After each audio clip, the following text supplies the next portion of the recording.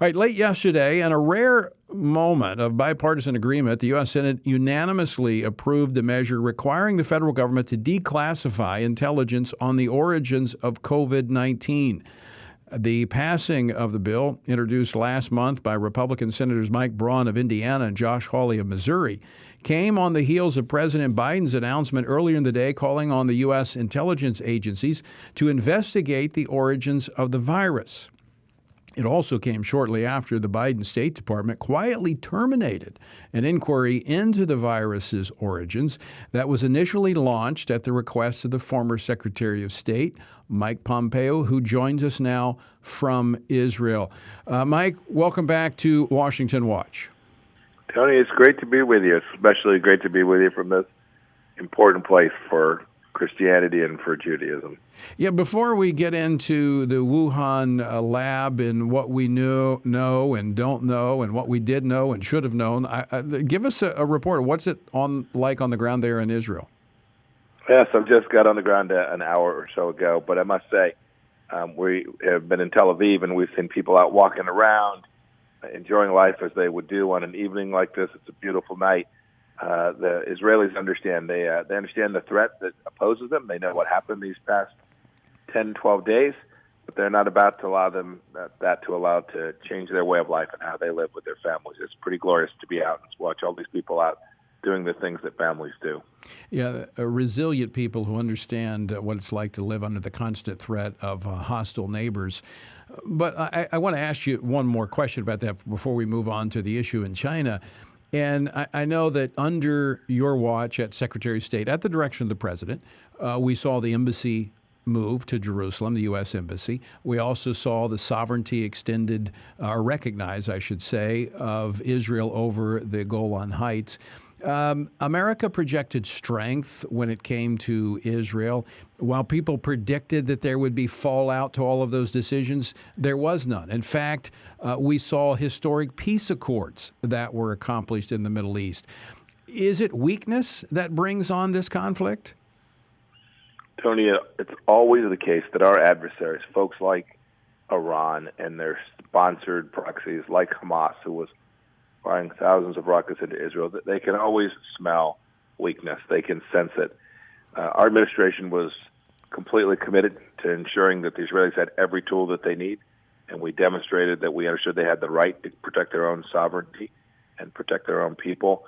When the administration refuses to talk to the Israeli leader, when the administration says we're going to underwrite the Palestinian Authority and knowing full well that some of that American money will almost certainly end up in the hands of the very terrorists who are firing those rockets into Israel.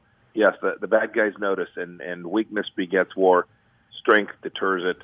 I hope this administration will understand the importance of the relationship between the United States and Israel, and I frankly hope his party, the Democrat Party, walks away from what is a creeping anti-Semitism that is not only on the fringes of their party, but exists. Indeed, we've seen statements from their candidate 2 years running as runner-up for president make statements that undermine that centrality of the partnership and relationship between the United States and the Jewish homeland of Israel.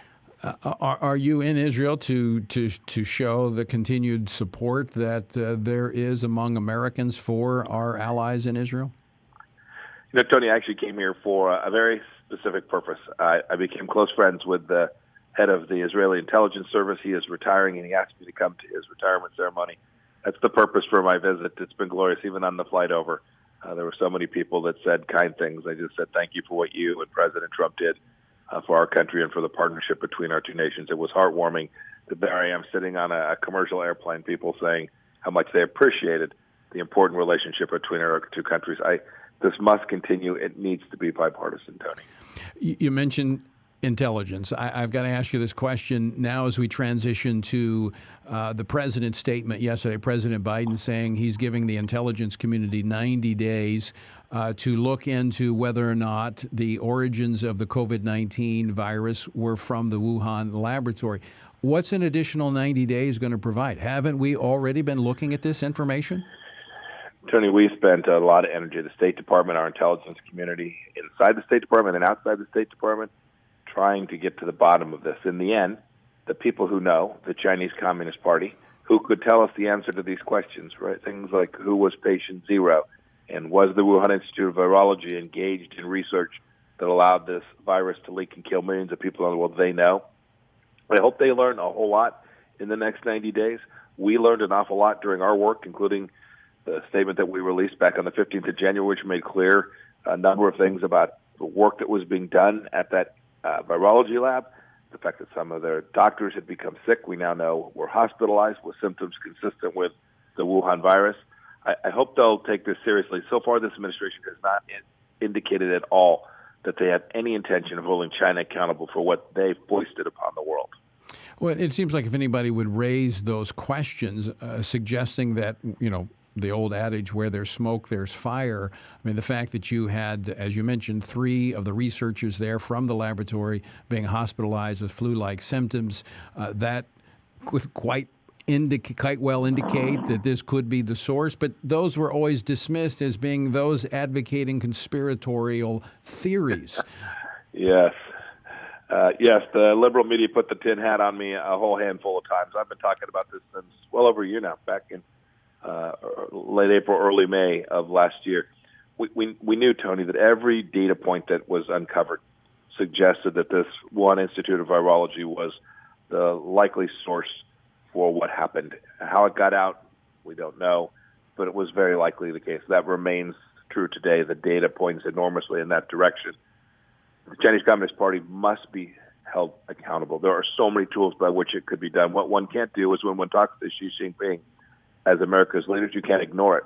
When you travel to Alaska and meet with Chinese leaders, you can't ignore it. They killed 3 million people around the world. They destroyed billions of dollars of wealth. They did enormous damage to the United States. And we know this much. We know the virus came from Wuhan, and we know that the Chinese Communist Party doesn't want you to know how it got out of there. But I think that's enough standing alone to impose enormous costs on them. But to make it more egregious, Mr. Secretary, is that we've had others that have provided cover to them, like the WHO, the World Health Organization, that went over and did their investigation, but did not even look into the possibility that it could have come from the laboratory. And, of course, the media then said, WHO said, no, it hasn't come from there. Well, they didn't even look at the evidence. Tony, it's so true. The so-called investigation that the WHO conducted was, no scientist would stare at that and say it provided any insights. They were denied firsthand exposure to the facility. They were denied data that wasn't highly curated by the Chinese Communist Party. It was a joke. It wasn't an investigation. It was a vacation trip. And your point's right. The left-wing media, the New York Times and the Washington Post said, well, Trump and Pompeo are saying that this came from the laboratory and nobody else, and therefore it must be a conspiracy theory and false. Well, we now know that's not the case. Doctors from across the world are now saying we need to learn more. The world has a responsibility. Tony, here's the rub of it for all those listening today. That Institute of Virology is still operational. The Chinese continue to conduct research, and next time it could kill 30 million people. Well, also, what the question I have is, if it was accidental, I understand that. This could have been an accident, but what if it's not accidental? What if this type of research could then be used intentionally? And we've already seen the way China, the Communist Party, has responded to this does not suggest to me that they care very much about the rest of the world. No, that's right. You know this. We've seen this, Tony. You've done amazing work on religious freedom around the world. You know these countries don't respect human life. They don't value it the way that you and I and most Americans do. And so your point's well taken. 10,000, 30,000 people in their own country dead is not something that's going to change, and they're certainly not going to take any political risk. They're certainly not going to open up what they clearly know happened to the world so the world can see what happened, even if it costs additional lives. That's not something that they calculate, that they use in a way that you and I would think was the most important thing that one could do. Mr. Secretary, final question. Now it's late there in Israel.